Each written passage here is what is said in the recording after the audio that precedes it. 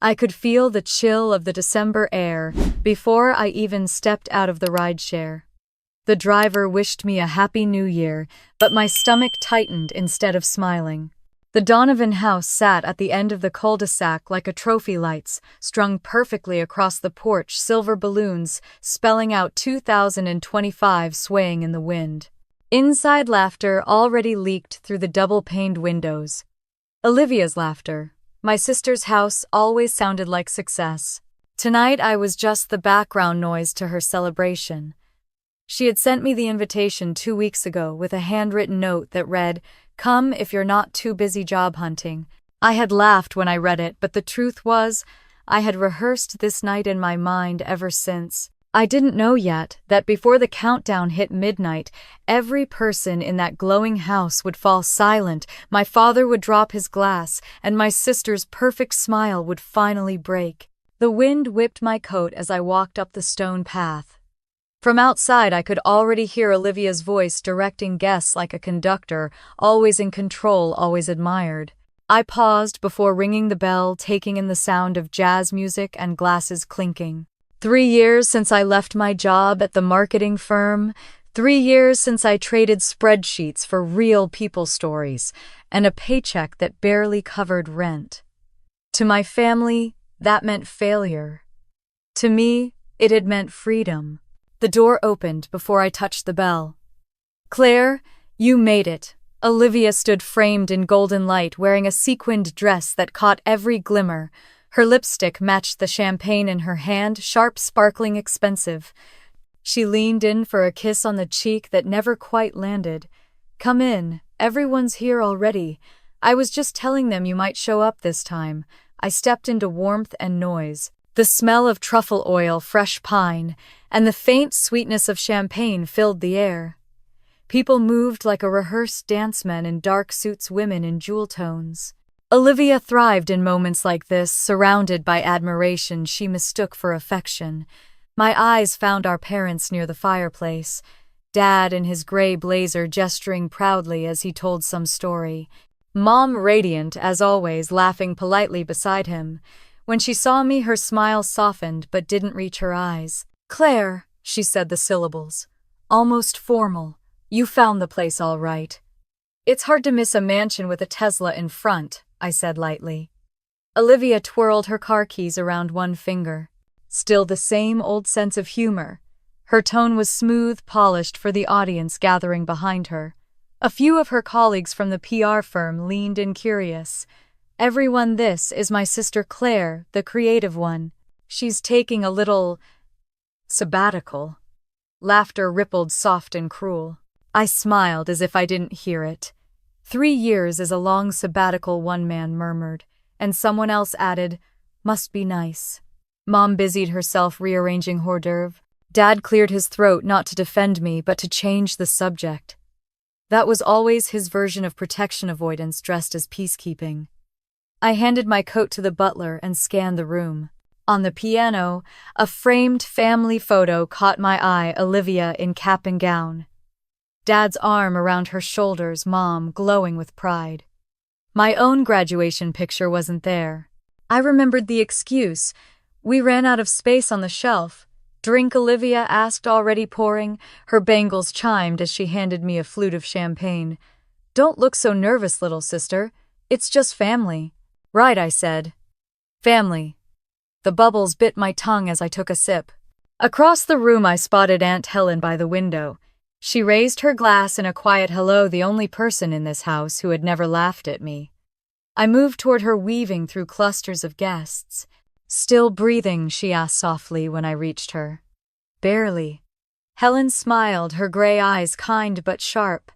"I see Olivia's still performing. She's winning awards for it," I said, my tone dry. Helen's gaze shifted to the rest of the room. "Let her shine. You don't need their spotlight, Claire. You've got your own light. You just don't flaunt it." "I'm fine," I lied. "I've learned how to disappear gracefully."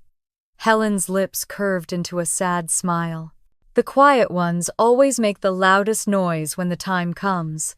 Before I could answer, Mom's voice floated over the music. "Claire, come say hello to the Hendersons. You remember them, right? Olivia's boss and his wife. Of course. Another parade of introductions where I'd be the afterthought. I straightened my shoulders, walked over and shook hands with a man who already looked half bored. So Claire, he said, what are you doing these days? I run a non-profit startup, I replied evenly. We mentor single mothers and fund small businesses. Oh, his wife chirped, so you're like a volunteer? Something like that, I said, forcing a smile. Olivia's laugh sliced through the conversation. She's always had a big heart, she said. We're still waiting for her to find a big paycheck to match. The group chuckled. My throat tightened, but I kept my voice calm. Some investments take longer to pay off. That silenced them for a moment. Then Olivia clinked her glass against mine. Cheers to that, she said sweetly, her eyes daring me to react. I didn't. I turned away, focusing on the snowflakes melting on the window pane. Outside, the world looked peaceful, white, untouched. Inside, every word carried hidden edges. By 9 o'clock, the house was buzzing. The caterers refilled trays of shrimp cocktail, and the pianist switched to upbeat jazz. Guests took selfies near the glittering Happy New Year sign. I stayed mostly by the wall, answering polite questions about my career break. The same questions recycled through different mouths. Do you ever miss the corporate life? Are you planning to go back? What do you do all day? Each question carried the same meaning: you failed. I smiled through all of them, counting down the hours until midnight. Then, near the bar, I caught Olivia's reflection in the mirror. She was in her element, telling a story, her hands animated, people hanging on every word. The sight should have made me angry, but instead, I felt something else: clarity. I wasn't here to fight. I was here to witness, and something deep down told me this night would give me more than I had ever dared to ask for. Helen appeared beside me again, her voice low. You okay, honey? I'm fine, I said, and meant it this time. Good. Then keep watching. The night isn't over yet. She handed me another glass, this one filled with water. Stay sober, she whispered. You'll want to remember every second. I almost laughed. You make it sound like something's going to happen. Helen's smile was knowing.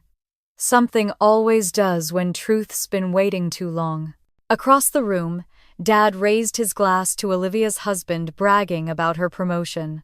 Mom beamed, adjusting the collar of his jacket while guests toasted to the Donovan legacy. I stood apart, feeling both invisible and oddly free. At 10 o'clock, a notification buzzed on my phone. I glanced down. It was a message from Hannah, my friend and editor at Forbes. It's scheduled for midnight. Happy New Year, game changer. My breath caught. The world spun just slightly, not from champagne but from the weight of timing. I looked up. Olivia was laughing again, radiant under the chandelier, unaware. I slipped the phone back into my purse and whispered to myself, midnight it is. Outside, the first fireworks cracked the night sky. Inside, the air shimmered with the kind of energy that comes before a storm. They still saw me as the quiet one. That was fine. The quiet ones, I thought, always have the best timing. The living room glowed like a magazine, spread soft lights, polished silver crystal glasses, catching the reflection of the chandelier. Everywhere I looked, perfection was staged and rehearsed. Olivia floated through it like a hostess who had been born for applause. Every movement of hers was deliberate, the laugh at the right pitch, the tilt of her head, the perfect brush of a hand on someone's arm. I wondered if she even noticed how everyone's smiles bent toward her, like flowers turning to sunlight. Claire, come over here, she called across the room, waving me closer. A small crowd of her friends had gathered near the bar, the kind of people who wore confidence like designer perfume. You remember Melissa, don't you? She runs the agency's New York branch now. And that's Andrew, he just made partner at Hightower Consulting. I shook hands, exchanged the polite smiles expected of me. Nice to meet you. Andrew raised an eyebrow. Oh, you're the sister Olivia told us about, the creative one who took time off to find herself, right? Olivia laughed before I could answer. Still finding, I think. She's basically on a permanent sabbatical. Laughter rolled through the group. I lifted my glass to my lips, hiding my expression behind the rim. Guess I'm thorough, I said lightly. Someone clinked their glass against Olivia's. You should write a book about how to stay on vacation for 3 years. More laughter. Olivia's smile widened, triumphant. Across the room, Dad was bragging to a neighbor about Olivia's latest campaign. She's always had that drive, he said, pride swelling in his voice. Can't sit still when there's success to chase, Mom added, just like her father. She turned, spotted me. Claire, sweetheart, did you try the crab puffs? They're from that new place downtown. Olivia's assistant handled the catering so efficient. I nodded. They're great. Mom smiled, relieved I'd said the right thing, then turned away again. I felt like an extra in a play I already knew by heart, The Dutiful Daughter, who didn't quite fit the script. The walls hummed with small talk glasses, chimed someone near the piano, started a jazz tune. My sister's voice carried above it, all bright and certain. I escaped to the corner near the French doors. From there, I could watch without being seen. The night outside was calm. Flakes of snow fell slow and steady, clinging to the patio lights. Inside, everything sparkled too brightly, the air thick with the kind of warmth that came from expensive wine and shallow conversation. Aunt Helen appeared beside me, her glass of red in hand. They haven't changed, she murmured. Neither have I, apparently, I said. She gave me a sideways smile. That's not true. You learned how to stand still in a room full of people who think movement means progress. I laughed quietly. You always make things sound like poetry. Age will do that to you, she said. Then, softer, how's your work, dear? Good. Busy. We just launched a new mentorship program for single mothers. It's small, but it's working. Helen's eyes softened. That's real success, Claire. Don't let anyone tell you otherwise. Before I could respond, Olivia's voice cut across the room again. Claire's heads turned. She waved me back toward the crowd. Come here a sec, we're talking about resolutions for next year. You must have one. I hesitated, but all eyes were on me.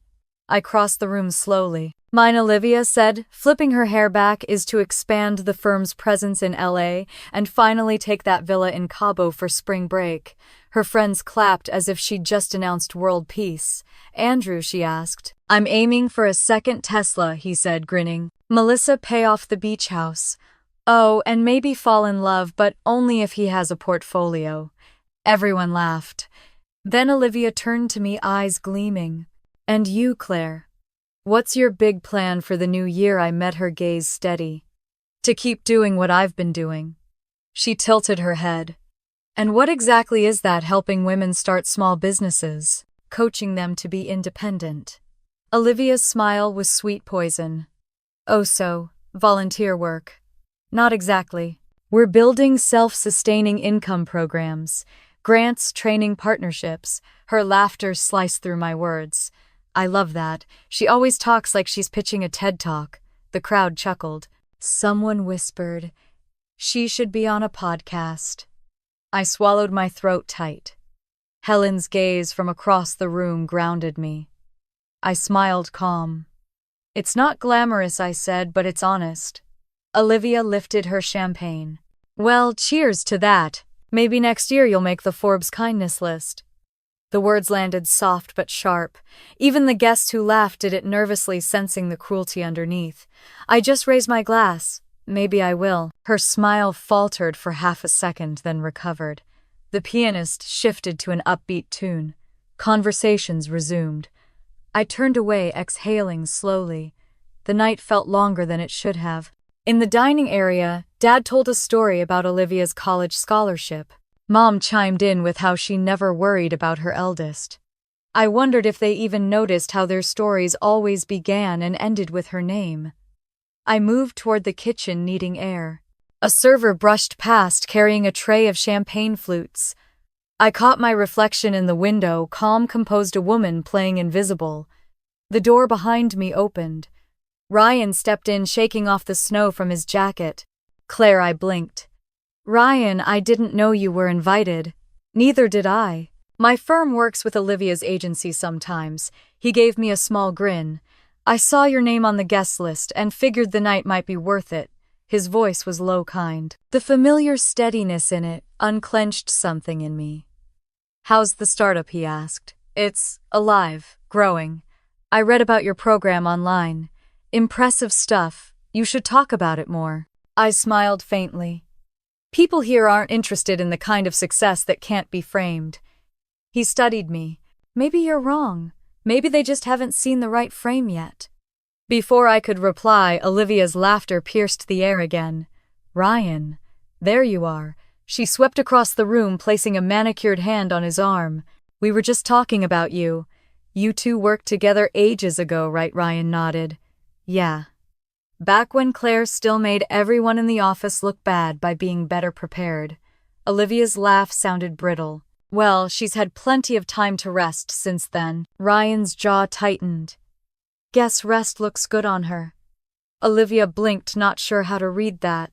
She smiled too brightly and drifted off to charm someone else. Ryan glanced at me. Same Olivia. Same show, I said. He laughed quietly. Don't worry. Every performance ends. I'm not worried, I said, though part of me still was. The night stretched on. Glasses refilled, laughter rose and fell. I found myself beside the piano again, pretending to admire the decor. Helen joined me, slipping her arm through mine. You held your ground, she whispered. I didn't do anything. Exactly, she said. Sometimes silence is louder than any speech. I smiled faintly. Then this family must hear me screaming. She chuckled softly. Just wait. Midnight has a way of exposing truth. I looked around the room. Olivia was showing someone a photo of her latest campaign on her phone, laughter echoing. Dad watched her like she was a headline he'd written himself. Mom glowed with secondhand pride. I sipped water now, not champagne. My phone buzzed again in my pocket. A short message from Hannah. We're live at midnight sharp. Brace yourself. I stared at the words, heartbeat steady. The timing was poetic. The piano tune faded, replaced by an upbeat pop song. Guests cheered, glasses clinked again. Olivia raised her arms, calling out 1/2 an hour till midnight. Everyone ready for the countdown, cheers erupted. Helen leaned close. That's your cue, my dear. Keep your calm. The truth always loves good timing. I nodded, a slow smile forming. Outside, snow kept falling under the golden porch lights. Inside, laughter filled every corner, bright, oblivious, temporary. They thought they were watching a party. They didn't realize they were part of a story already rewriting itself. They laughed now. Midnight would laugh last. Everyone, glasses up, Olivia's voice rose above the chatter, bright and commanding. The pianist stopped mid-note as she climbed onto the small step near the fireplace, glittering under the chandelier like a host on live television. It's almost time to toast to another amazing year. But first I want to celebrate all the hard work we've done and the people who've been part of it. Her eyes swept the room. They didn't stop on me, not yet. The guests gathered closer, glasses, raised their faces flushed from champagne and admiration. Dad smiled proudly from the corner. Mom clapped as if Olivia had just won an award. To family, Olivia declared, and to success that keeps us moving forward. The room echoed, to success. The word bounced off the crystal and silver, ringing in my ears like a verdict. Then Olivia turned to me, that perfect tilt of her head returning. And to my sister Claire, she added, her tone syrupy sweet, the kind of sweetness that stuck in your throat. The dreamer in the family, still figuring out her path. May next year finally bring her something worth celebrating. A few people laughed, unsure if it was safe to. I placed my glass down carefully, the stem cool against my fingers. That's kind of you, I said softly. I've been celebrating plenty, just not in this room. Her smile flickered, but she recovered quickly.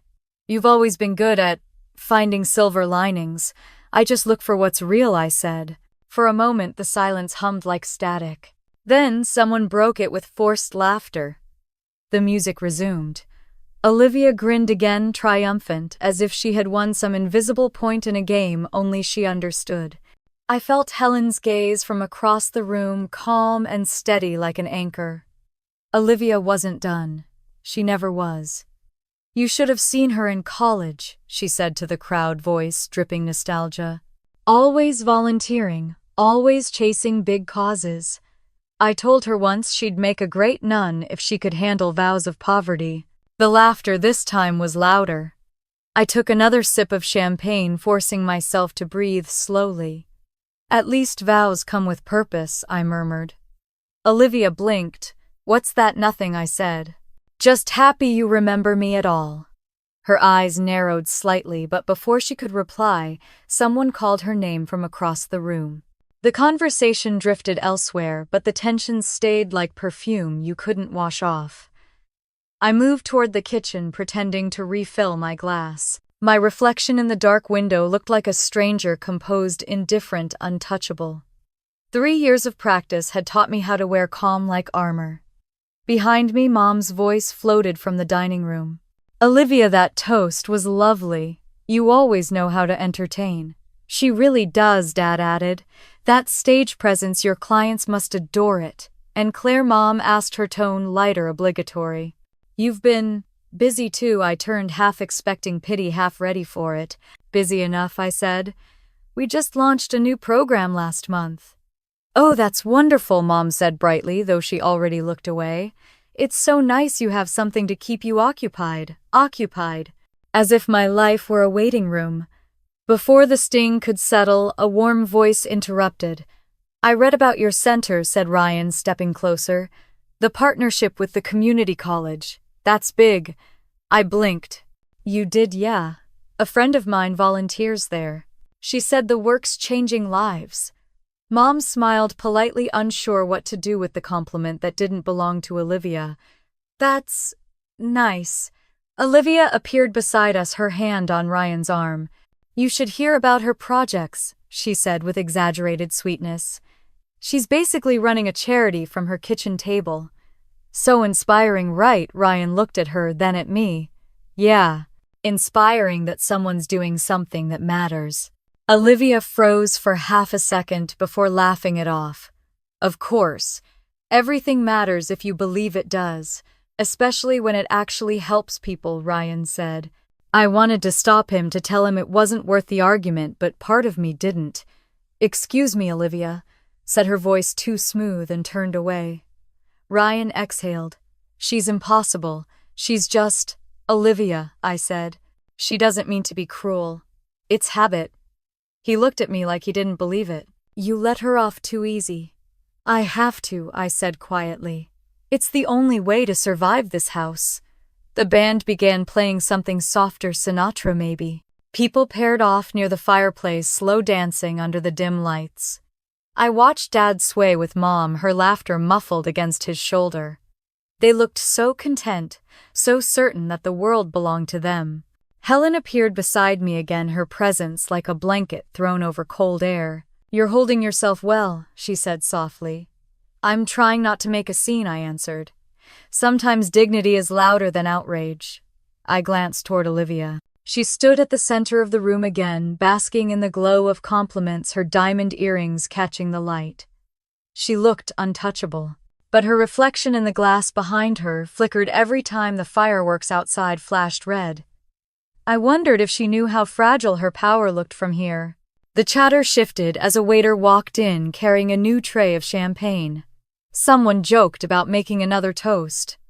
Olivia grabbed a flute and tapped the rim with her ring. The chatter died down. I want to add something to my earlier speech, she said, voice rising. You know, for the new year. I felt Helen stiffen beside me. Olivia smiled, eyes sweeping the room again. Success isn't just about titles or cars. It's about drive, commitment, ambition. Some of us have it. Some of us are still searching. A murmur rippled through the crowd. Right, Claire, she said brightly. I turned to face her fully this time. I'm not searching, Olivia. I found what I wanted a long time ago. Oh, she tilted her head, mocking curiosity. And what's that purpose? The word hung there, simple, steady. A few guests shifted, unsure whether to smile or stay quiet. Ryan's eyes met mine from across the room. He gave a small nod, proud. Olivia laughed lightly, waving her hand as if to dismiss the tension. You always did love your causes. Maybe one day Forbes will write about your, what is it called, rise and shine, rise and reclaim, I corrected. Right, she said. Catchy. I didn't reply.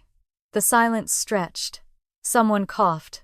The pianist resumed playing, trying to drown the awkward air. Helen leaned close, whispering, She's losing the room. Keep still. I did. The less I moved, the more her words echoed. Dad raised his glass, desperate to redirect attention. Let's not get too serious, it's New Year's Eve. After all, Olivia smiled stiffly, relief flashing in her eyes. Exactly. No deep talks tonight, just fun. Laughter resumed, but thinner, now brittle. Helen gave my hand a quick squeeze. Well done. I didn't do anything I said. She smiled. You didn't have to. The truth always finds its moment. The clock on the mantel read 1115. The music picked up again, the noise returning, but the atmosphere had shifted. The laughter was forced now, the sparkle dimmer. Olivia stayed near her friends, drinking faster than before. I slipped toward the hallway, needing air. The quiet there was almost holy. From the doorway I could still see the party reflected in the glass wall, tiny, glittering false. My phone buzzed again. 15 minutes, Claire. It's live at midnight. I stared at the message, then looked up at my reflection. For the first time I saw someone steady, staring back. The kind of quiet that comes before a revelation. The kind of calm you only feel when the storm finally belongs to you. The hallway was dim, the kind of quiet that makes you hear your own heartbeat.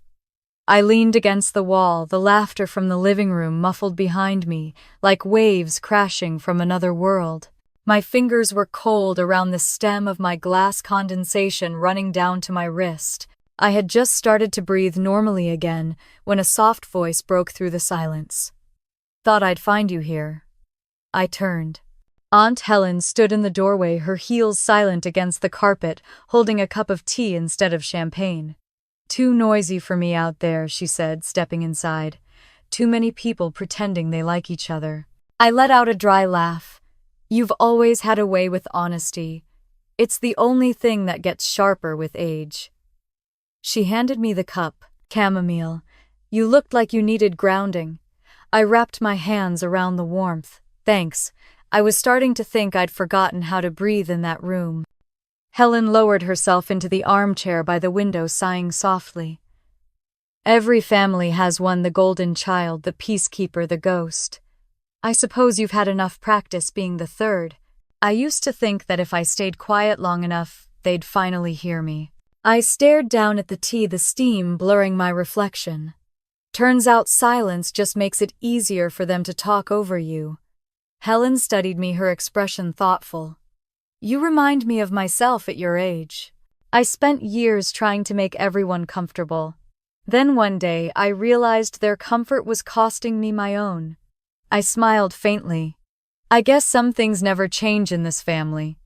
She laughed under her breath. Tell me, Claire, why do you still come to these things? Because if I don't, it just proves them right that I can't handle it. I looked up, meeting her eyes. And maybe because I keep hoping one year it'll be different. Helen leaned back, nodding slowly. Hope's a stubborn little thing, keeps us walking back into the fire. For a moment, neither of us spoke. The clock ticked steady and patient. Helen gestured toward the couch. Sit down. Tell me what you've really been doing these last 3 years. Not the polite version. I hesitated, then sat opposite her. It started small, I said. After I quit the firm, I volunteered at the community center in East Austin. They were struggling to keep their after-school program running. The mothers there, single, working 2 jobs, kept asking if there was a way to earn extra income without leaving their kids alone. I helped one woman sell her homemade tamales online. She made $300 the first month. That's when I realized what I wanted to do. Helen's eyes lit up. You built the nonprofit from that, piece by piece. We called it Rise and Reclaim. We started with 5 women. Now we have over 200. We help them start small businesses, food crafts, home repair, whatever they're good at. I write the grants myself, teach marketing workshops, coordinate donations. Helen's mouth curved into a proud smile. That's incredible, Claire. I shrugged. It doesn't sound incredible to them. They think it's a phase. They think what they can measure, she said gently. That's their limit, not yours. I looked out the window where flakes of snow drifted through the light. Sometimes I wonder if I made a mistake walking away from everything safe. Helen shook her head. You didn't walk away. You walked toward something else. Don't confuse direction with distance. I laughed softly. You really should write a book. I've lived enough chapters to fill one, she said, smiling. Her tone grew quieter. You know, when I was your age, your grandfather stopped speaking to me for 3 months after I turned down med school. I wanted to be a nurse, not a doctor. Said I was wasting my potential. I thought he'd never forgive me. Then one night, a patient thanked me for saving his daughter. I realized I didn't need his permission to feel proud. I watched her, letting her words sink in. You told me that story when I was 9, I said, after Mom made me apologize to Olivia for winning that art contest. Helen chuckled.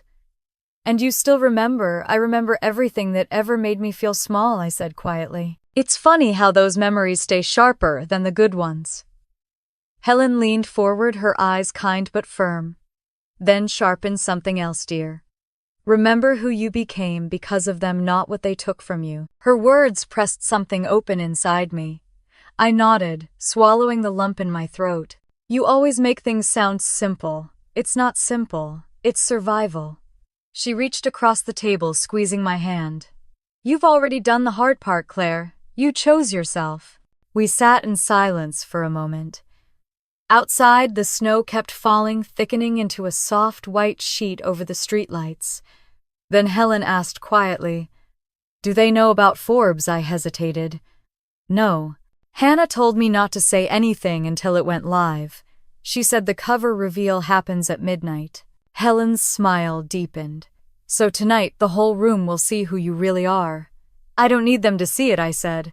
I just need them to stop defining me by what I'm not. Helen nodded, satisfied. You're stronger than I ever was. I laughed softly. That's not true. Oh, it is, she said. I shouted when I wanted to be heard. You learned how to make silence do the shouting. The clock chimed again. 11:45. Helen stood smoothing her dress. They'll be calling for the countdown soon. Can't wait, I said dryly. She chuckled. You don't have to. Time moves whether we're ready or not. At the doorway she paused, looking back. When they ask you for a toast, don't hide. Let them see you stand in your truth. It'll do more than any speech ever could. Are you sure they're ready for that? Doesn't matter, she said. Truth doesn't wait for permission. I smiled. You sound like a philosopher. Just an old woman who's watched too many people mistake applause for love. She winked and left the room. I sat there for a moment longer, holding the cup between my hands. The tea had gone cold.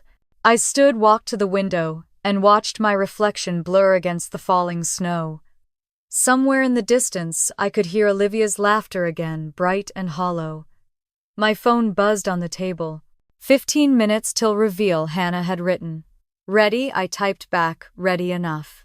My pulse was steady, but my mind raced. The magazine would go live online first, then social media, then print. I imagined their faces when they saw it, the same faces that had laughed when I quit, that had whispered about my impulsiveness. It wasn't revenge I wanted. It was release. I set the cup down and straightened my dress. In the mirror, I almost didn't recognize myself. The girl who used to shrink in family photos was gone. The woman staring back looked composed, unafraid. A soft knock sounded on the door. Claire. It was Dad.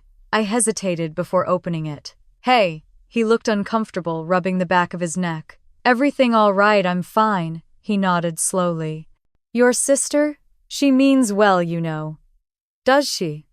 She just doesn't know when to stop. It's her way of showing love. Mockery's a strange dialect of love, I said. He sighed. You girls are so different, but family's family. You can't change blood. No, I said softly, but you can stop bleeding for it. He blinked, thrown off, then forced a smile. Well, come on back. They're starting another round of champagne. I'll be there in a minute. When he left, I exhaled slowly. The silence settled again, heavy but clean like snow before dawn. I picked up my phone one last time and opened the Forbes preview link Hannah had sent earlier. There it was, the cover image. My face half turned toward the camera, the headline bold, "From Jobless to Game Changer, How Claire Donovan is Redefining Success." For a second I couldn't breathe. Then I smiled. Not pride, not vanity, just the quiet satisfaction of knowing the truth was finally out there. I closed the phone, slipped it into my purse, and whispered to the empty room. All right, let's go. Downstairs laughter swelled again, bright and oblivious. The countdown had begun. I took a deep breath, straightened my shoulders, and walked toward the sound. The storm was ready. So was I. The room felt brighter than it should have. Maybe it was the chandelier, or maybe it was Olivia, glowing in gold sequins at the center of it all, her voice slicing through the noise like a perfectly sharpened blade. 5 minutes till midnight, she called, clinking her glass against someone else's. The crowd erupted into cheers, cameras flashing, everyone jockeying for selfies beside the balloon arch. I stood near the back, my phone buzzing in my purse like a heartbeat. The Forbes cover was scheduled to drop in less than 5 minutes. I could almost feel the shift in the air before it happened, like the pause between lightning and thunder. Olivia spotted me from across the room. Claire, come here. Don't hide in the shadows. It's New Year's Eve, not a funeral. I forced a smile, weaving through the sea of sequins and cologne, until I stood beside her. Her arm looped around my shoulders, the gesture friendly enough to fool the audience, but tight enough to bruise. Everyone, this is my little sister Claire, the idealist of the family, still figuring out where she fits in the world. Someone laughed politely. I met Olivia's eyes, calm. I figured it out a while ago. Oh, really? She said, tone light but sharp. And what does our nonprofit hero have planned for the new year? More good deeds. A few people chuckled. I shrugged. Something like that. She raised her glass higher. Then let's toast to my sister, proof that sometimes dreams are just expensive hobbies. The laughter was louder this time. I felt Helen's gaze from the corner, steady as a lighthouse beam cutting through fog. I lifted my glass, my voice quiet but clear. And to my sister, who's taught me that applause doesn't always mean admiration. The air snapped, tension humming like electricity. Olivia's smile wavered for half a second before she threw her head back and laughed. Always the philosopher, she said. You should really write greeting cards. The room moved again, laughter returning shallow and forced. I turned away, heart steady, but my hands trembling. Ryan appeared beside me, slipping a hand over mine discreetly. You handled that perfectly, he murmured. I'm tired of handling things, I said under my breath. I want to stop surviving their jokes. He gave a soft nod. Give it 5 minutes, midnight's coming. I met his eyes. He knew. Helen must have told him. 3 minutes. The music shifted to something louder, faster.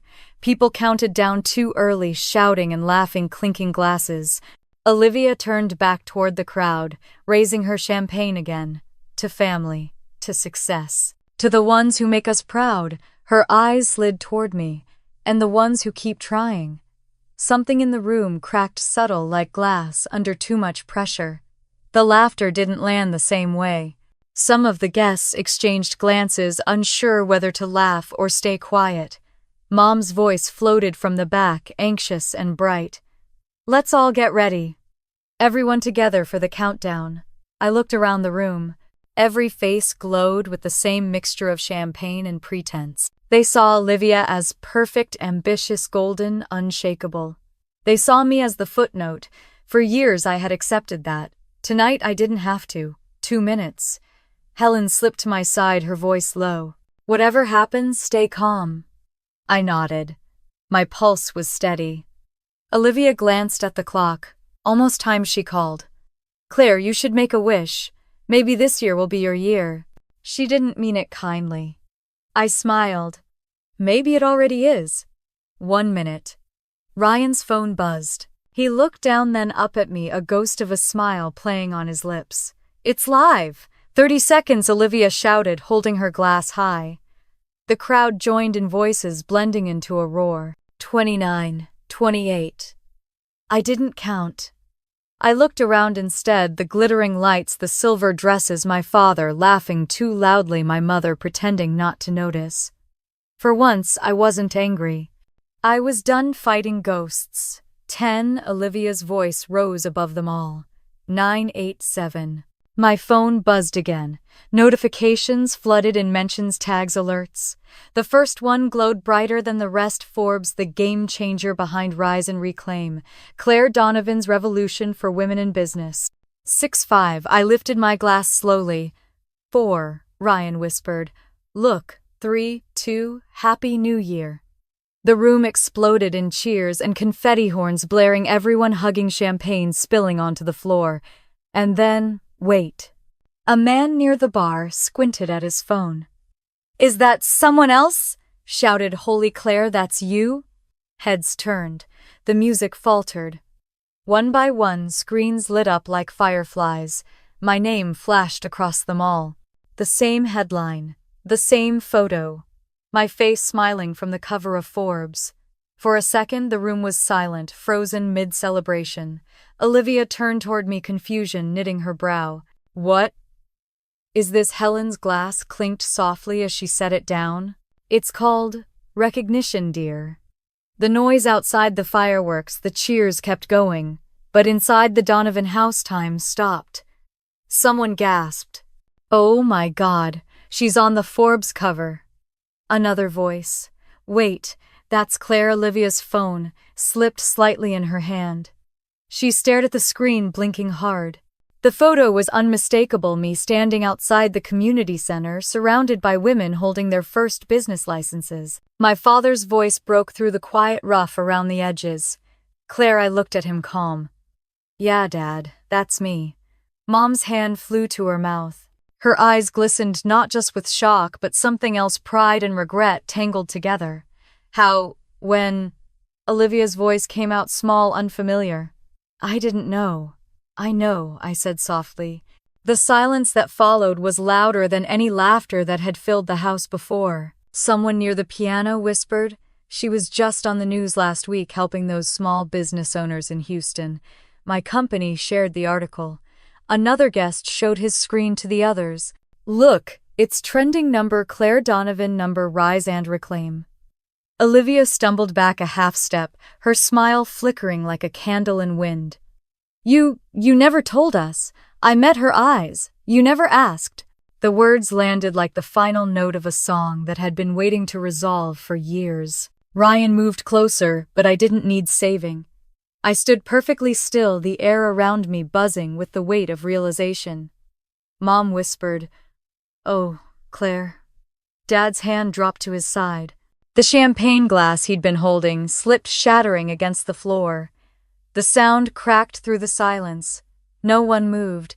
Outside fireworks bloomed across the night sky, bright enough to paint the ceiling gold. Olivia lowered her phone. Her face pale, eyes wide as the truth finally settled. The smile she'd worn all night drained from her lips. She started, but no words came.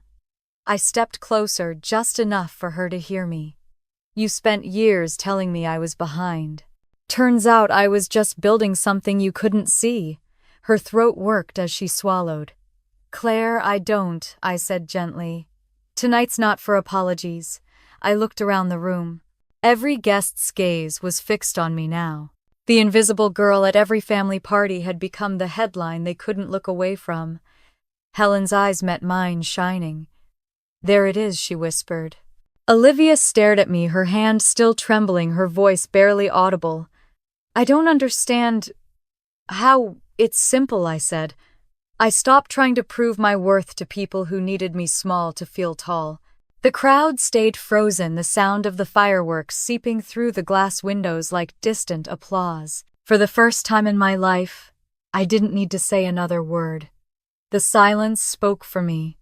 The silence stretched long after the glass shattered. For a moment, even the fireworks outside seemed to hesitate, as though the world itself was holding its breath. The air smelled of champagne and ozone, that strange mix of celebration and shock. My father bent down slowly, gathering the shards in his bare hands, as if cleaning up could somehow undo what had just happened. No one spoke. The music had stopped. The only sound was the faint hiss of snow against the windows. Olivia was the first to move. She blinked once, twice, like someone waking from anesthesia. Her voice cracked on the first word. This is real." Ryan stepped forward before I could answer, his phone in his hand. "It's all over the internet. Forbes posted the cover 10 minutes ago. The story's trending #1. Helen gave a soft, knowing laugh. "Happy New Year indeed." Olivia's lips parted, her face draining of color. She began, but the rest of the sentence dissolved. Her hand trembled as she scrolled through her phone. "You're on Forbes," I met her, gaze calm. "Yes, but how?" "You never said. I didn't think you'd listen," I said. The words landed heavy, final. Around us, the guests stood frozen, uncertain whether to stay or flee. Their faces flickered with the same confusion that used to live inside me: disbelief, envy, curiosity. Mom pressed a hand to her chest. "Oh my God, Claire, you didn't tell us." I exhaled slowly. "You never asked." The phrase echoed again, the same one I'd said minutes earlier, but now it seemed to hang in the air, heavier, truer. Dad straightened, his voice rough. "You've been working on this all this time?" "Yes." Olivia's eyes darted between us. Her mascara smudged at the corners. "You mean all those years you said you were volunteering?" "I was building something," I said. "Something real." Helen stepped closer, resting a steady hand on my shoulder. "She wasn't volunteering, dear. She was leading." A ripple of whispers spread through the guests. Phones lit up like constellations, every screen showing the same image, my face on the cover, headline bold: "From Jobless to Game Changer, How Claire Donovan's Nonprofit is Transforming Women's Futures." One woman near the piano murmured, "She's incredible." Another whispered, "I had no idea." The words washed over me like background noise. I wasn't basking in pride. I was simply standing in truth. Olivia swayed slightly, her champagne glass still in her hand. "You should have told us," she said, voice trembling. "We would have—" What I interrupted gently. "Believed me." Her throat tightened. "Supported you." I smiled faintly. "You mocked me for 3 years, Olivia. Every time I showed up, you reminded me what I wasn't." I don't think support was on the menu. For the first time since I could remember, she had no retort. Dad stepped between us, his voice lower, now tired. "That's enough. Tonight isn't the place for this." Helen folded her arms. "No, Thomas. Tonight is exactly the place. The truth doesn't wait for convenience." Mom's voice wavered. "Helen, please." But Helen didn't stop. "You've all measured success by the same shallow yardstick for so long, you forgot what real accomplishment looks like. You raised a daughter who built something that changes lives, and you made her feel like a disappointment." The words cracked the room open. Olivia flinched. Dad looked away. Mom covered her mouth again, her eyes glossy. I wanted to stop Helen, but part of me couldn't. She wasn't saying anything cruel. She was simply saying what I had never dared to. "I didn't want to embarrass anyone," I said softly. "That's why I stayed quiet." Ryan looked at me, his voice steady. "You didn't embarrass them, Claire. You exposed the truth. There's a difference." Olivia turned toward him sharply. "You knew," he hesitated. "I found out recently. I thought it wasn't my story to tell." Her laugh was sharp and brittle. "Of course. You're all so noble," Olivia, Mom warned. But Olivia wasn't listening. She was unraveling. "All these years I thought you were struggling. I pitied you. I defended you when people said you'd wasted your degree. And the whole time you were what's secretly successful. I wasn't hiding it," I said. "I was just doing the work. Without telling your own family." I met her eyes. "Especially my family." Her face twisted, hurt, anger, humiliation until she looked like a stranger. "Don't do this here, Dad," said again, his voice heavy. "It's New Year's." Olivia turned on him. "Don't you see what she's done? She made us look like fools." "No," Helen said firmly. "She made you look in a mirror." The room was silent again. Even the fireworks outside had faded to a distant hum. Olivia blinked rapidly, her chest rising and falling too fast. "You don't understand," she said, her voice breaking. "You were supposed to be the one who needed saving Claire, not the one who succeeded." I finished. "I'm sorry that bothers you." Her shoulders sagged. "You think I'm jealous, I think you're lost," I said softly. "And you don't like that I found my way without asking for directions." Her jaw tightened. For a second I thought she might slap me. Instead, she turned, grabbed her purse, and stormed down the hall. The sound of her heels echoed like gunfire on marble. Mom called after her, "Olivia, wait." But she didn't stop. The front door slammed, the noise slicing through the stunned quiet. For a long moment, no one moved. Then Helen sighed, setting her glass down. "Well," she said, "truth has a way of breaking glass and opening doors." Ryan reached for my hand, squeezing gently. "You okay?" I nodded. "Better than I expected." Mom stepped forward slowly, her expression trembling between guilt and pride. "Claire," she said, her voice barely above a whisper. "Why didn't you tell us? We should have known." "I tried," I said. "But every time I started, you asked about promotions or paychecks. You never asked if I was happy." She pressed a trembling hand to her lips. "Oh, honey." Dad's gaze was fixed on the shattered glass at his feet. "I should have been proud of you no matter what." Helen smiled sadly. "It's never too late to learn how." Outside, snow began falling again, slow, quiet, endless. Mom reached out and touched my arm. "I'm sorry," she said, "for everything we didn't see." I looked at her hand, then up at her. "You don't have to apologize. Just see me now." She nodded, tears glistening. Ryan let go of my hand, giving me space. The room began to move again, soft conversations starting in low murmurs. Someone turned the music back on quietly this time. But the mood had changed.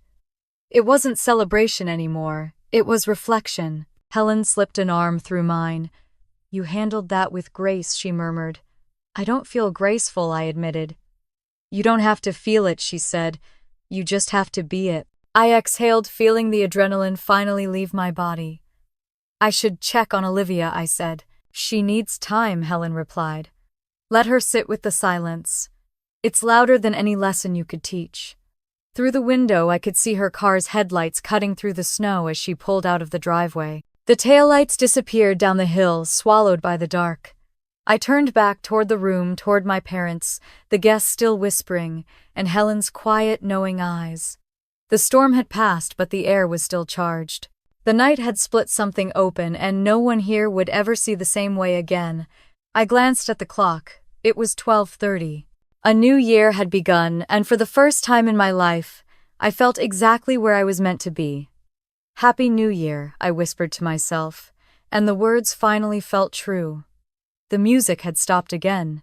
What was left was a low hum of voices, too soft to be called conversation, too heavy to be called peace. The floor still glistened from the spilled champagne where Dad's glass had shattered.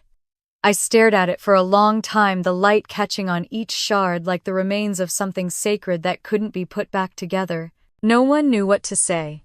The room felt smaller, the air thinner. Olivia's absence echoed louder than her laughter ever had. Mom was still standing near the piano, one hand clutching her napkin, the other resting against her chest. Her lipstick had smudged her eyes distant. Dad had retreated to the fireplace, staring into the flames as if the right words might rise from the ashes. Aunt Helen sat beside me on the couch, calm as always. She held her glass loosely, turning it between her fingers. "You did what needed to be done," she said quietly. "I didn't do anything I said." "That's exactly why it worked," she replied. "Silence can carry its own kind of justice." Her words hung there, soft but unshakable. Mom finally broke the quiet. "She shouldn't have left like that," she murmured. "It's freezing out there." She'll be fine, Dad said, though his voice lacked conviction. Helen glanced at them both. Sometimes people have to walk through the cold to remember what warmth feels like. I wasn't sure if she meant Olivia or me. Maybe both. I stood pacing slowly toward the window. Outside, snow drifted across the driveway, delicate and constant. The faint sound of fireworks still lingered in the distance, but the world beyond the glass looked soft, untouched. She hated me for that, I said finally, for being the one who didn't crumble. Helen looked up at me. She'll come to understand. Eventually the truth doesn't humiliate, it humbles. Dad let out a long breath. This family's had enough truth for one night. Maybe that's the problem, Helen said, her tone gentle but sharp. You've spent years avoiding it. He turned to her, his eyes tired. Helen, please, not tonight. Mom spoke before she could answer. He's right. We're exhausted. Her gaze shifted toward me. Claire, I know tonight wasn't easy for you either. I turned from the window. It was harder pretending all these years than standing here now. She flinched slightly as though the honesty stung. Helen rose and crossed to the bar, refilling her glass. Families are strange creatures, she said. They teach us how to love, but also how to doubt that we deserve it. The fire crackled softly, a sound that filled the gaps between words. Mom sank onto the couch, her shoulders trembling. I never meant to make you feel invisible, she said. I know, I replied, but that doesn't mean you didn't. Her eyes glistened. I just wanted you both to succeed. You wanted us to look like success, I said. Those are different things. She didn't argue. She just looked at me, her expression folding in on itself, guilt replacing pride. Helen set down her glass. Maybe this is the part where everyone stops talking about what they meant and starts learning to listen. Mom nodded faintly. You're right. She turned toward me again. Claire, can you forgive us? The question was so simple, but it cracked something deep inside me. I already did, I said. A long time ago.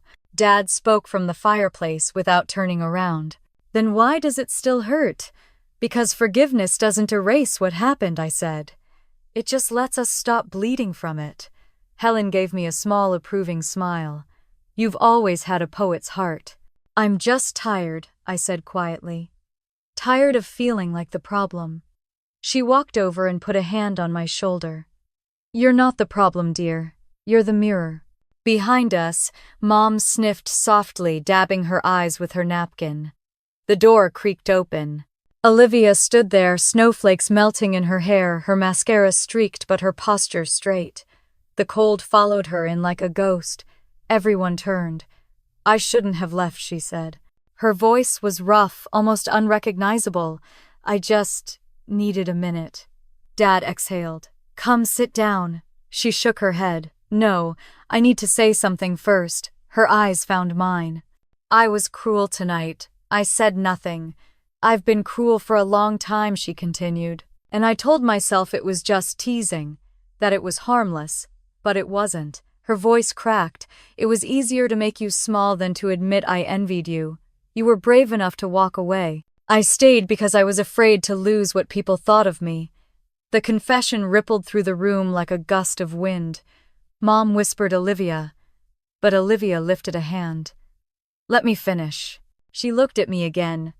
You built something that matters, and all I built was noise. I don't deserve your forgiveness, but I'm asking for it anyway. I walked toward her slowly. She looked smaller than I'd ever seen her, not broken, but human. I stopped a few feet away. You don't need my forgiveness, I said, softly. You just need to start forgiving yourself. Her breath hitched. I don't know how. You start by being honest, I said. And you already are. Her eyes welled up again, but this time the tears didn't feel like weakness. She stepped forward and hugged me awkwardly at first, then tighter. I felt the tremor in her shoulders, the apology she couldn't quite say. Mom began to cry quietly. Dad wiped his eyes when he thought no one was looking. Helen smiled faintly, her chin trembling just enough to betray her own emotion. When Olivia finally pulled back, she laughed through her tears. You must think I'm pathetic. No, I said. I think you're finally real. She nodded, exhaling shakily. Then maybe there's hope for me yet. There's always hope, Helen said. Even for stubborn Donovans. A soft laugh rippled through the room, the kind that carries relief. Olivia glanced at Dad. I'm sorry for embarrassing you. He shook his head. You didn't. We embarrassed ourselves. Mom reached for Olivia's hand. Come sit, sweetheart. Olivia hesitated, then crossed the room. She sat beside Mom, leaning her head on her shoulder like she used to when we were little. For the first time in years, the silence in our family felt gentle instead of sharp. Helen raised her glass one last time. To truth, she said. It may be cold, but it always burns clean. We clinked glasses quietly, no cheers, no applause, just acknowledgement.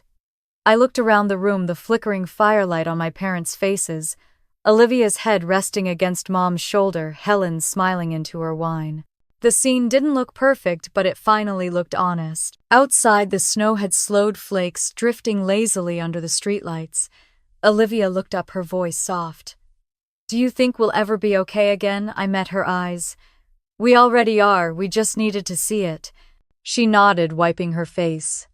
Helen leaned back on the couch. I think that's enough drama for one New Year's. We laughed quietly together, the kind of laughter that didn't hurt anymore.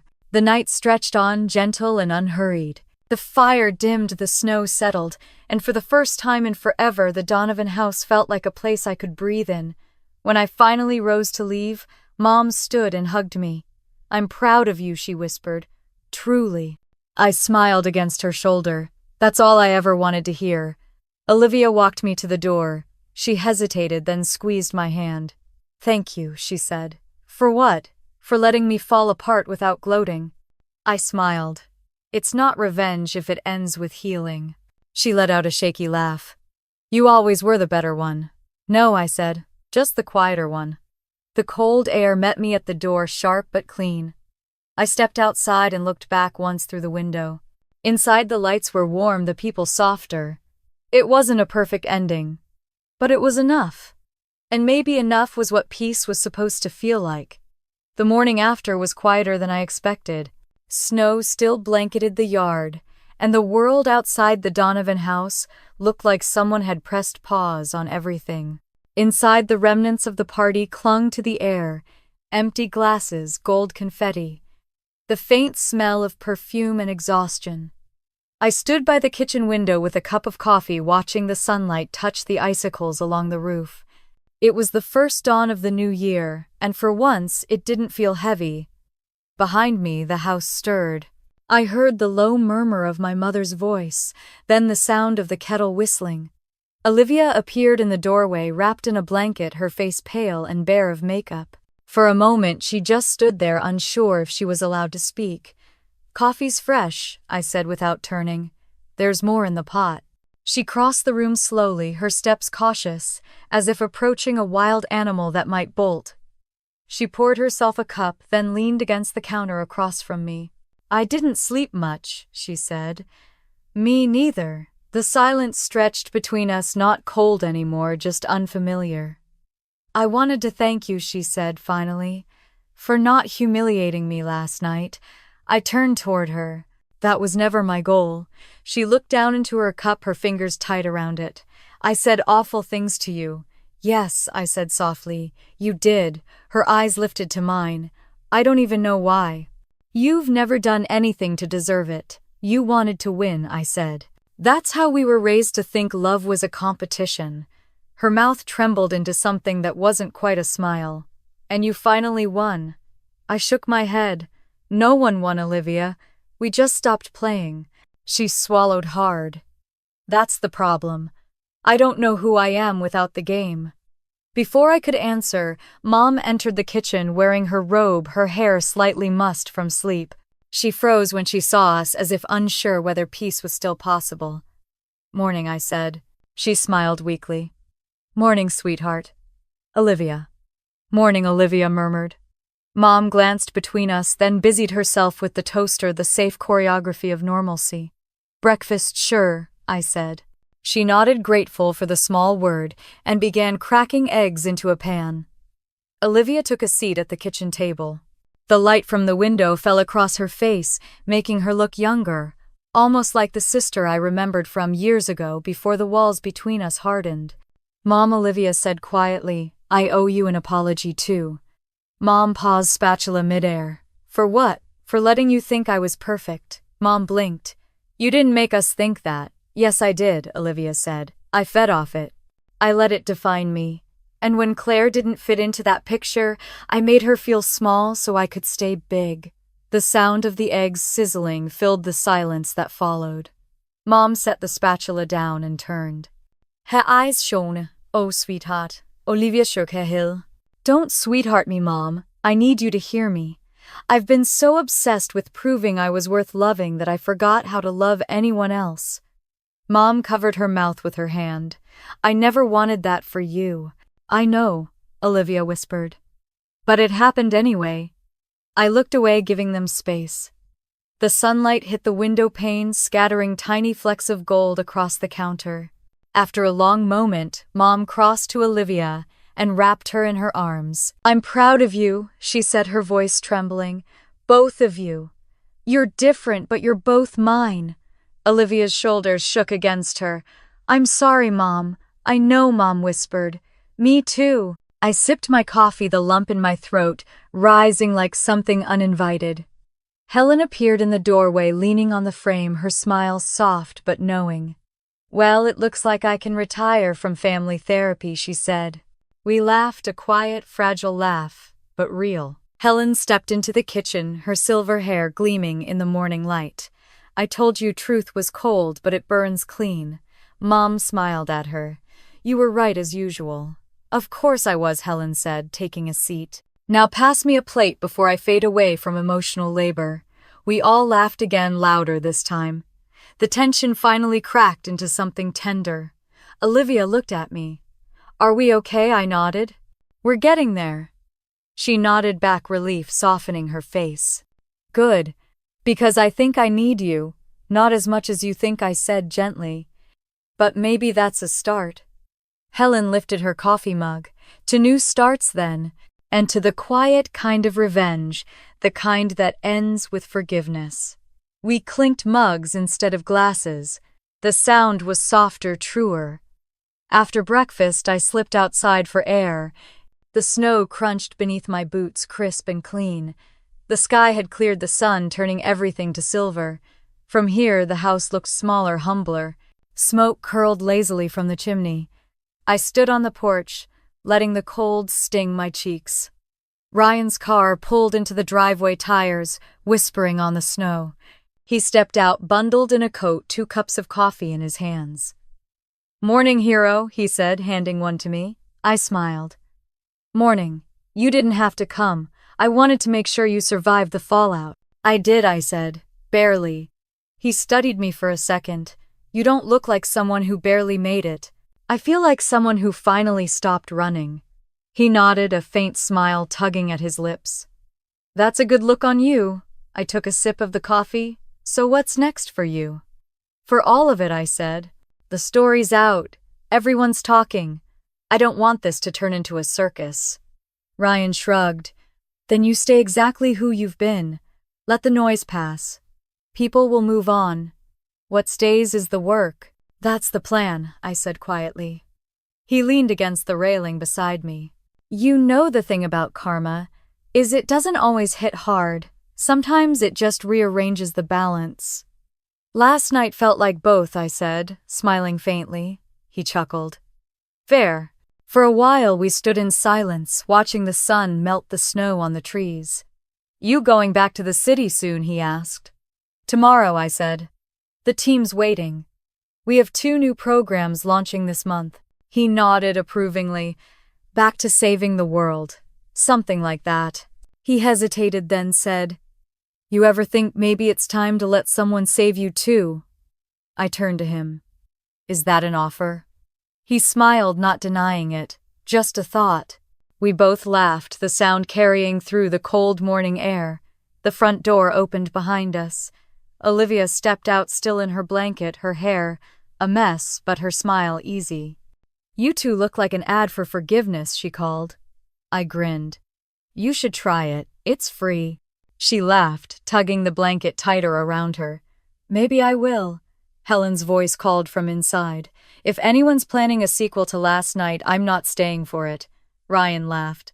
I think that's our cue. Olivia raised her mug. To peace, she said. I raised mine. And to starting over.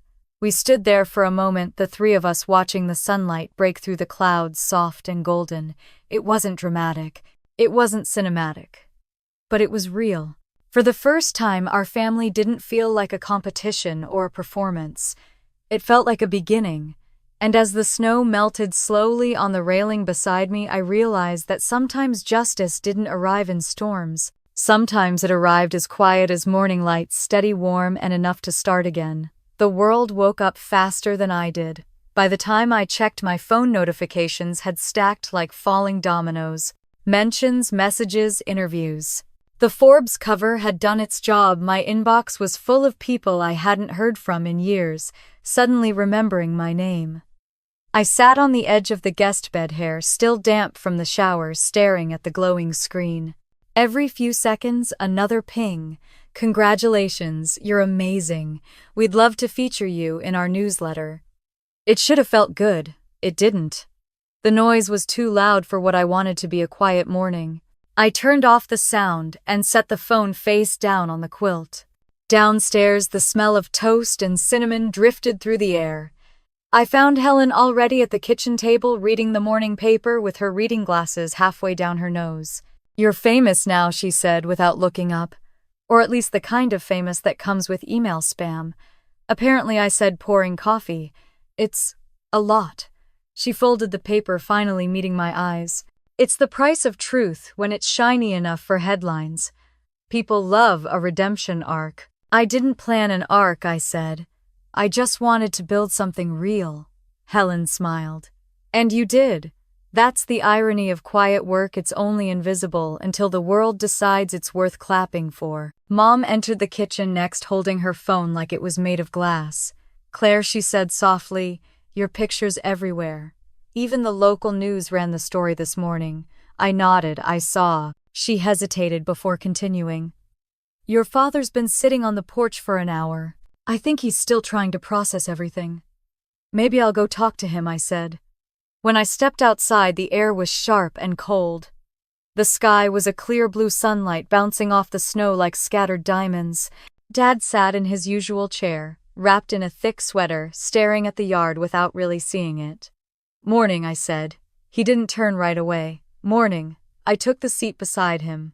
For a while, we just listened to the distant sound of a plow scraping the street. Finally, he said, You did all that, without saying a word.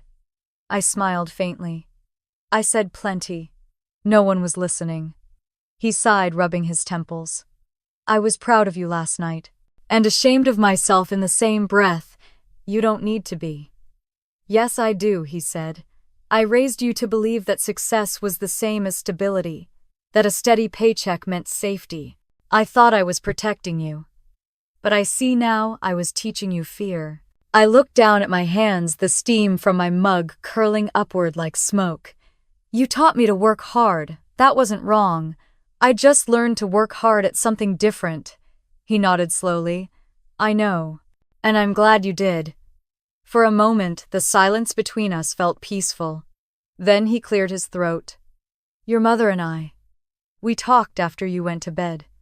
We realize we owe you more than just an apology. We owe you our faith. I don't need that, I said. I just need you to believe I'm okay. He smiled sadly. That's the same thing. The screen door creaked open behind us. Olivia stepped out, her hair tied back, her eyes red but clear. Can I sit? Dad gestured to the empty chair. Always. She sat down carefully, looking from him to me. I didn't mean to interrupt. You didn't, I said. She pulled out her phone and placed it on the table screen, glowing. I've been reading about Rise and Reclaim, about the women you've helped. I didn't know it was that big. It wasn't, I said. Not until recently. It's still growing. She nodded slowly. I want to help. I raised an eyebrow. Help not to make myself feel better, she said quickly. I mean it. I have contacts media training fundraising experience. If you'd let me, I could use that to get more visibility for your programs. I studied her face. For once, she didn't look like she was performing.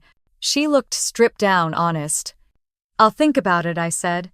That's all I'm asking. She smiled a little. I need to do something that isn't just about me. Dad smiled faintly. Looks like I raised two fighters after all. Olivia laughed softly. You raised one fighter and one marketer. Maybe that's a decent mix. We all chuckled. The sound felt easy for the first time in years. After breakfast, I packed my bag. The house buzzed with soft conversation, Mom on the phone with relatives, Helen humming as she watered the plants, Olivia tapping away at her laptop. When I zipped the suitcase, Mom appeared in the doorway. Leaving already? I have to, I said.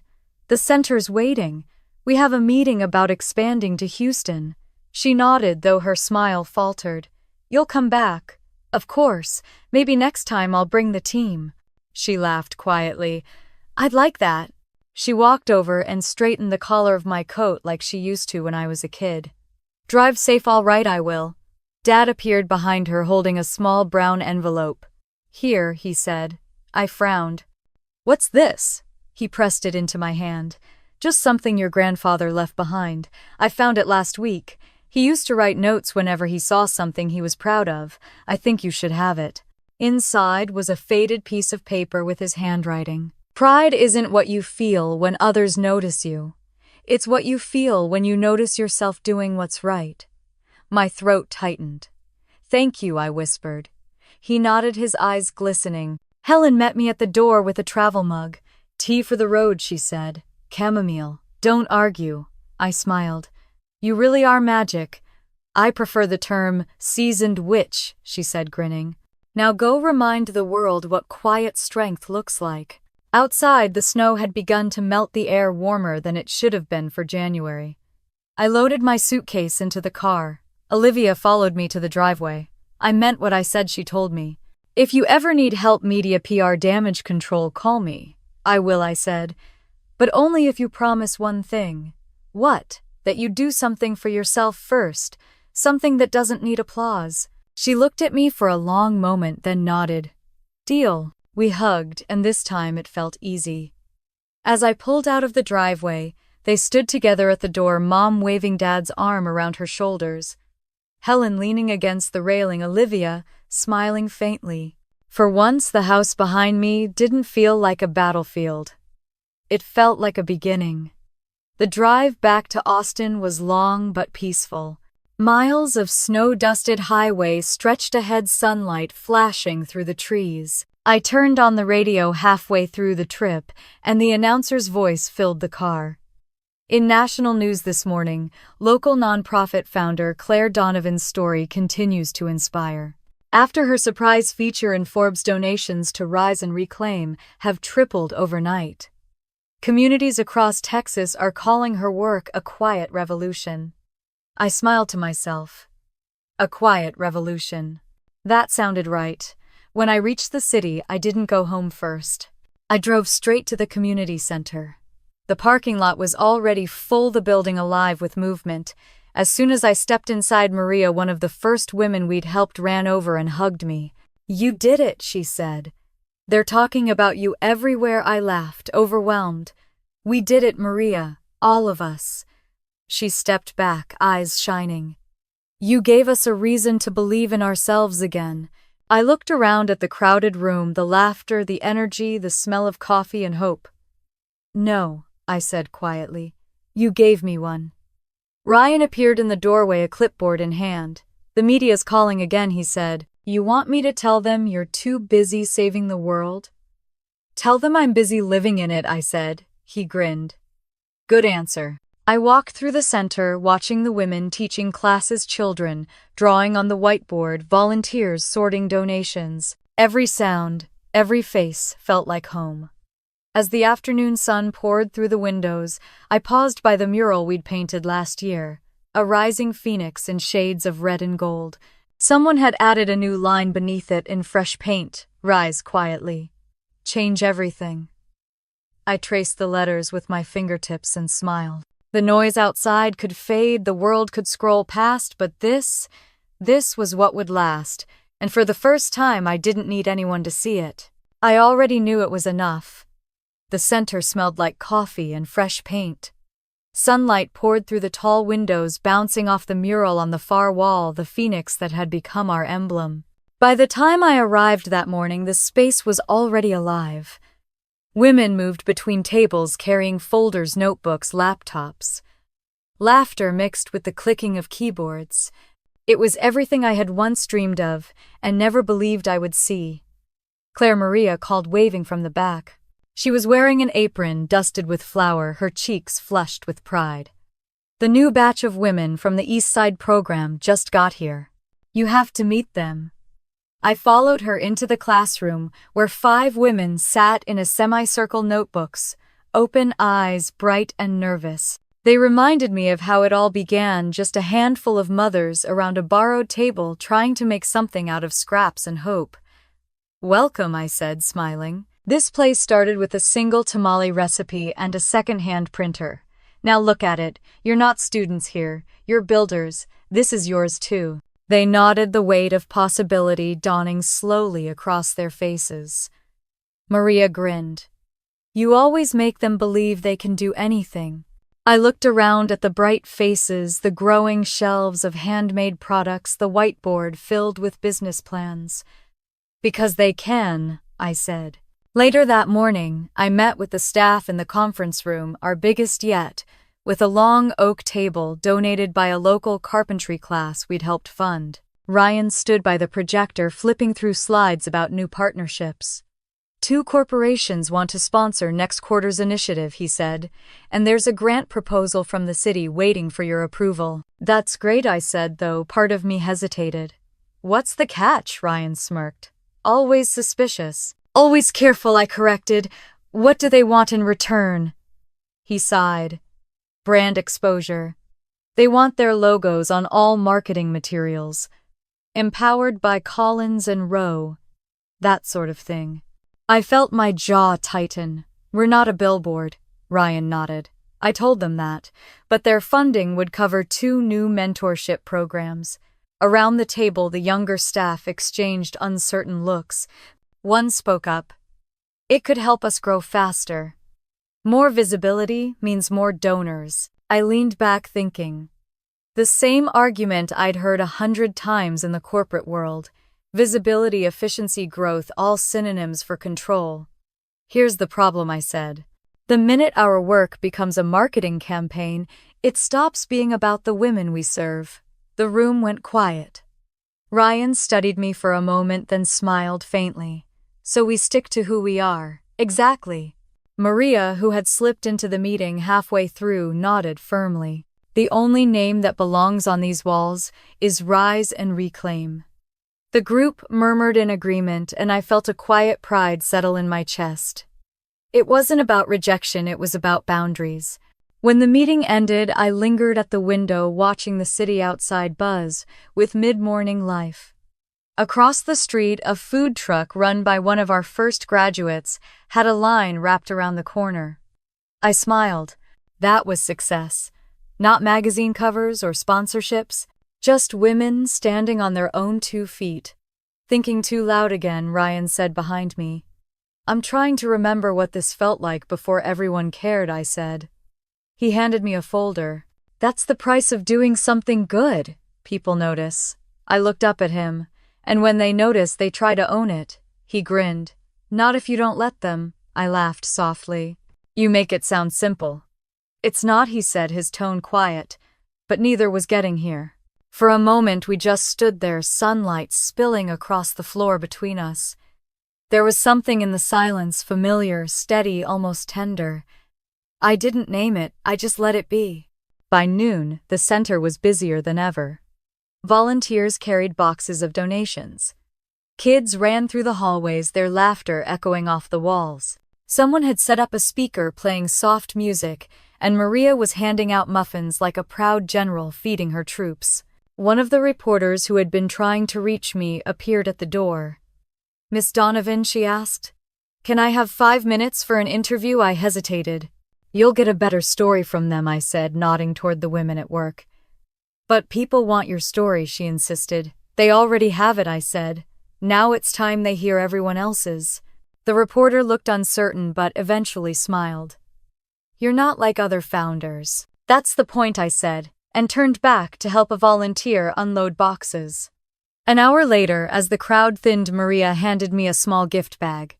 Inside was a mug that read, "Not all heroes make noise." I laughed, touched. Who came up with this? She winked. The women voted. Said it fits you. I ran my fingers over the words, warmth blooming in my chest. When the day finally slowed, I walked out to the small courtyard behind the building. The winter light was softer now, the air cool and sweet. Ryan was there sitting on the bench with 2 mugs of coffee. I thought you could use this, he said, handing one to me. Thanks, I said, for everything today. He smiled. You're welcome. Though honestly, I think this place would run fine without me now. I shook my head. Maybe. But it runs better with you here. He tilted his head. Careful, that almost sounds like gratitude. I smirked. Don't get used to it.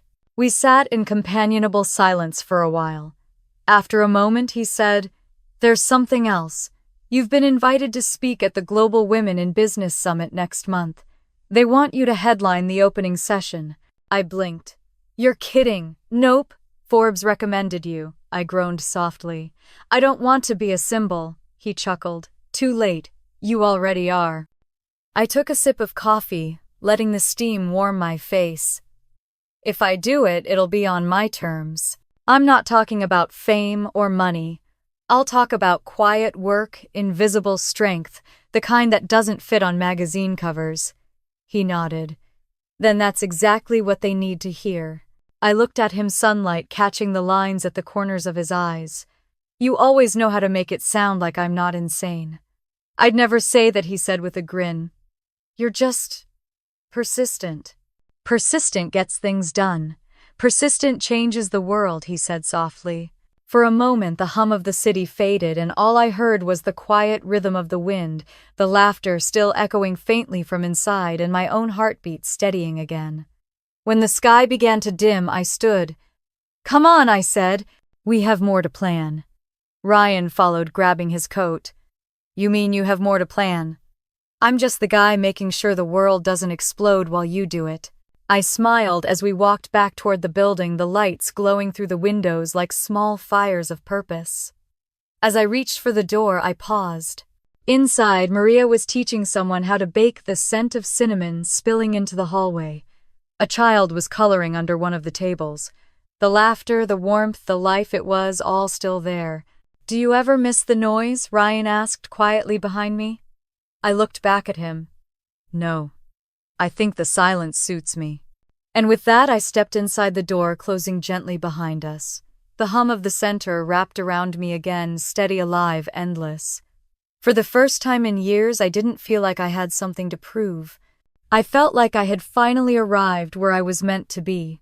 2 weeks later, the invitation arrived again, this time printed on thick ivory cardstock, the kind that felt heavier than it should. The Global Women in Business Summit New York City keynote session confirmed. I turned it over in my hands, the gold lettering catching the light. My name looked foreign there, too formal, too polished. Claire Donovan, founder, Rise and Reclaim. Ryan leaned against the doorframe of my office, watching me.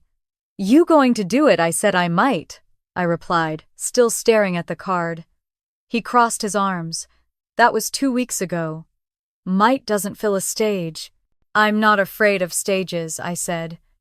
I'm afraid of what people expect me to say on them. He smiled faintly. Then say something they don't expect. I set the card down on the desk. It's not just me anymore. There are faces behind this, people who trusted me. I don't want it to turn into a show. Ryan walked closer, resting his hands on the back of the chair opposite mine. It won't be. You've spent your life building the real thing. You can handle an hour of pretending the world gets it. I looked up at him, then at the wall of photos behind my desk. Women holding certificates. Children grinning in newly painted classrooms. Our team laughing in the courtyard with flour on their clothes.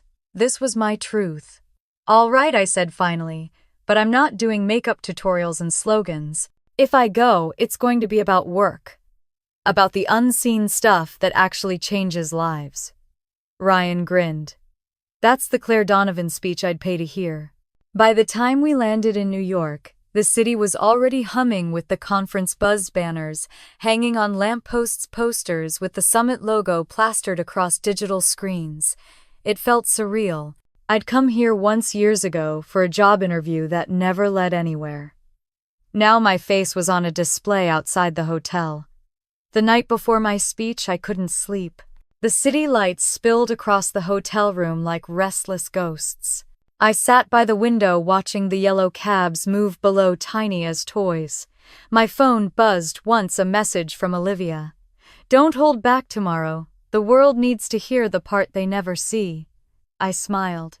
The old Olivia would have sent a meme or a backhanded joke. This one sounded like she meant it. When morning came, the lobby was a sea of blazers' heels and name badges. A staff member led me backstage where cameras waited, red lights blinking. I could hear the muffled sound of applause from the session before mine. My palms were damp. Ryan handed me a small card. Notes, he said. I shook my head. No, I think I'll just talk. He smiled. That's always when you're best. The announcer's voice echoed from the stage. Please welcome our keynote speaker, Forbes featured founder of Rise and Reclaim, Claire Donovan. The applause was thunderous. I walked into the light, the stage warm beneath my feet. Rows of faces stared back, executives, journalists, cameras. I took a slow breath and smiled steady. Good morning, I began. When people see the words Forbes cover, they assume the story starts there. But mine started with a folding chair, a leaking ceiling, and a handful of women who refused to give up. A murmur rippled through the audience. I continued. When I quit my job, people called it impulsive. When I volunteered at a shelter, they called it a phase. And when I started a program no one believed would last, they called it charity. But here's what they never called it: work. The silence grew attentive, almost reverent. Work, I said, isn't glamorous. It's loading boxes, translating forms, sitting on the floor with someone who's lost everything, and reminding them they're not alone. It's invisible until someone like Forbes puts a spotlight on it. But the truth is, none of this was ever about me. It was about every woman who built something while people told her she couldn't. Applause erupted again, sharper this time. Cameras flashed. I paused, letting it wash over the room. When you see headlines about success, remember this. There's always someone behind it, unpaid and unseen, holding everything together. We celebrate the visible, but the invisible, that's where the revolution really lives. By the time I finished, half the room was on their feet. The applause felt different from the kind my brother used to get the hollow kind born from envy. This felt like recognition. Backstage, Ryan met me with a grin. You did it. I talked, I said. They listened. That's enough. You're trending again, he said, showing me his phone. Number, The Quiet Revolution. The tag was everywhere, clips from my speech, quotes, photos of the mural at the center. I stared at the screen, overwhelmed. That wasn't the plan. It never is, he said. You just keep telling the truth. The world's finally paying attention. The next day, articles flooded my inbox. Claire Donovan redefines success. From charity to changemaker, the woman behind the quiet revolution. It was dizzying. Back in Austin, the team greeted me with balloons and laughter. Maria handed me a bouquet of wildflowers. You're our celebrity now. I'm still your boss, I teased. Now get back to work. They laughed, and the sound filled the room like music. That evening, I called home. Mom answered, her voice bright. I saw you on TV. You were wonderful. Thanks, Mom. Your father made everyone at the club watch, she added proudly. He's been unbearable about it. I smiled. That's new. He said you remind him of your grandfather, she said softly. He'd be so proud, Claire. My chest tightened. That means more than you know. Before we hung up, she said, come home soon. We're planning a proper dinner. No surprises this time. I laughed. I'll hold you to that. After the call, I sat on the couch at the center, the building empty now, except for the faint hum of the heating system. The mural of the phoenix glowed under the low lights. I leaned back and closed my eyes, breathing in the quiet. Footsteps approached. Ryan appeared with 2 mugs of tea. "You're still here," he said. "I like it here," I replied. "It feels like the world slows down." He handed me a mug. "You know you could take a break. Let someone else carry it for a bit." "I'm not tired," I said. "You're allowed to be." I looked at him. "You ever think about what comes after this? When the headlines fade," he smiled. "They'll fade. But the work won't. That's the part that lasts." I nodded, letting his words sink in. He sat beside me. For a while, neither of us spoke. The sound of rain started tapping softly against the windows. "I think your grandfather was right," Ryan said finally. "Pride isn't what happens when people notice you. It's when you notice yourself doing what's right." I looked at him, startled. "How do you know that quote?" He grinned. "Your dad sent me a picture of it. Said it reminded him of you." I laughed softly. Of course he did. The rain grew steadier, the rhythm gentle, comforting. "Claire," Ryan said quietly, "you changed everything here. Not just the center, your family, your city. And somehow you still don't see it." I smiled faintly. "Maybe I don't have to. Maybe it's enough that it's seen." He nodded, eyes soft. "You're something else." "So I've been told," I said. We both laughed. Outside, the rain kept falling, washing the world clean. And as I sat there in the quiet hum of the place we'd built, I realized something simple but profound. The life I'd been defending all those years didn't need defending anymore. It spoke for itself in every voice that had found its strength because someone finally listened. The noise had faded, the spotlight had dimmed, but what remained was steady, unshakable purpose. And for once I didn't feel like I was trying to prove anything. I was exactly where I belonged. The invitation to the family dinner came in a group text from Mom, no fanfare, no guilt, just a simple Sunday at 6. "Everyone, please." That alone was enough to make me suspicious. My family hadn't used the word please in months. When I arrived, the house looked almost unfamiliar. The string lights out front still glowed from Christmas, faint but warm. Inside, the living room smelled like roasted chicken and lemon pie. It was the kind of smell that could make you forget how much had been said here, and how much had been left unsaid. Mom met me at the door. "You're early," she said, smiling. Her voice trembled slightly, like she was afraid I'd turn around. "Old habits," I said. Traffic was light. She took my coat and hung it carefully. "You look wonderful, honey. You've been glowing lately." "That's just the exhaustion," I said with a small laugh. She smiled back, but it reached her eyes this time. "Dinner's almost ready. Your dad and Olivia are in the kitchen." The sound of clinking plates and soft conversation drifted down the hall.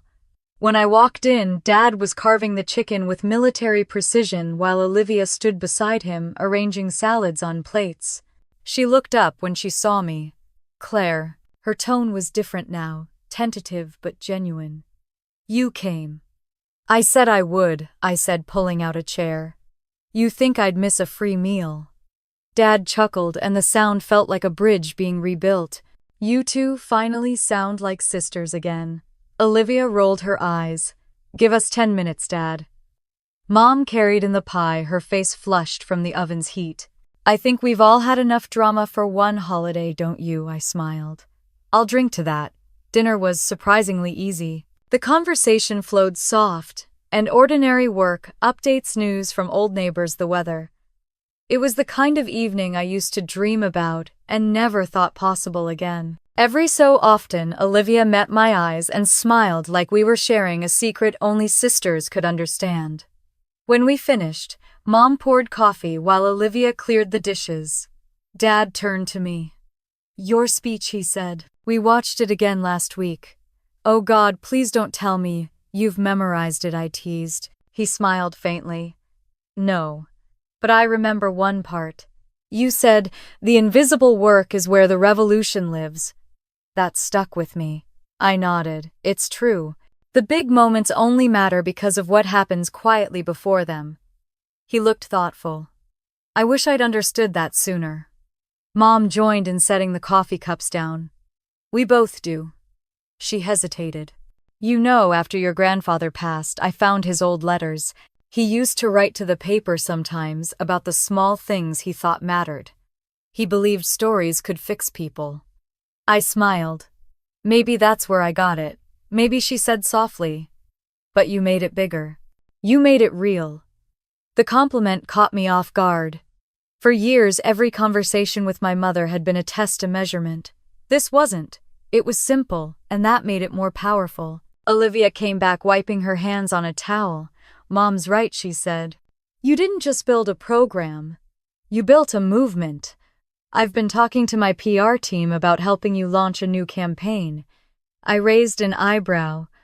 Oh, she smiled. Nothing flashy, just awareness. Stories from the women themselves.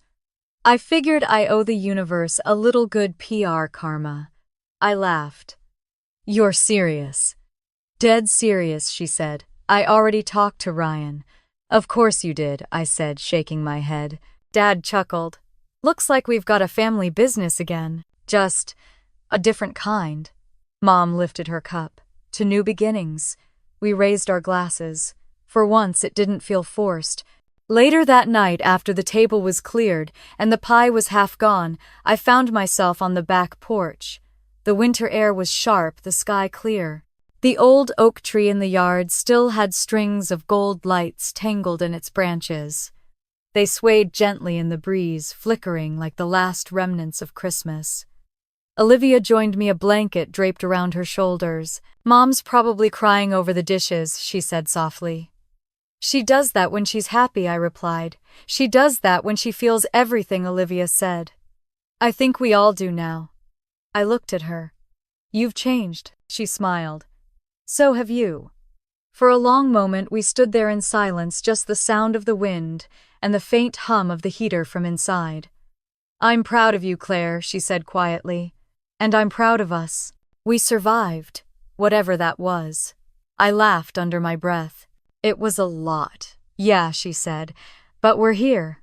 She leaned her head against my shoulder, and for the first time since we were kids, it didn't feel strange. Inside, the clock struck 9. Through the window, I saw Mom and Dad dancing slowly in the living room to some old jazz record.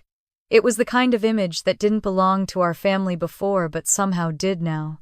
Olivia whispered, You think we can keep this? I looked at her, then at the house glowing behind us. If we choose to. Her eyes shimmered. Then I'm choosing it. We went back inside when the cold finally reached our bones. Mom handed me a box as I slipped on my coat. Before you go, she said, this was your grandfather's. He wanted it passed to whoever needed it most. Inside was a small pocket watch. The engraving on the back read, It's never too late to be who you're meant to be. I traced the words with my thumb. He really did believe in timing, I said. Mom smiled. And now so do I. I hugged her tight. Thank you, she whispered. We're proud of you, sweetheart. Don't ever doubt that again. I won't, I said, and meant it. Outside, my car was dusted with frost. I started the engine and let the heat roll through the vents. Olivia knocked on the window before I pulled out. I rolled it down and she grinned. Call me when you're home, okay? I will, I said. And Claire, yeah. She hesitated, then said Happy New Year. For real this time? I smiled. For real. The road was quiet as I drove away, the city lights fading into the horizon. For the first time there was no anger left, no bitterness humming in my chest. Only peace, the kind that settles in when you stop needing the world to understand you. At a red light, my phone buzzed. A text from Ryan. You made the news again. This time it's about the program's new scholarships. Proud of you, boss. I laughed softly and typed back. It's not just me anymore, it's all of us. The light turned green and I drove on. When I reached the city, the skyline shimmered under a blanket of stars. I passed the community center, its windows still lit, silhouettes moving inside. The Phoenix mural gleamed faintly on the wall, catching the glow from the street lamps. I parked across the street and just sat there for a moment, staring at it. Rise quietly. Change everything. I smiled, whispering to myself. We did. And for anyone listening, anyone who's ever been mocked for dreaming too quietly, who's been called jobless, lost, or invisible, I wanted them to know this. The world's loudest victories often start in silence. If my story means anything, let it remind you that your worth isn't defined by who claps for you. It's defined by what you build when no one's watching. If you've ever been underestimated, keep going. Your moment will come, maybe not with applause, but with peace. And when it does, tell me about it. I'll be here listening. Because that's what this space is, for our quiet revolutions, one story at a time. So if you've ever felt unseen, leave a comment, share your story, and don't forget to subscribe. You never know whose silence might turn into the next revolution.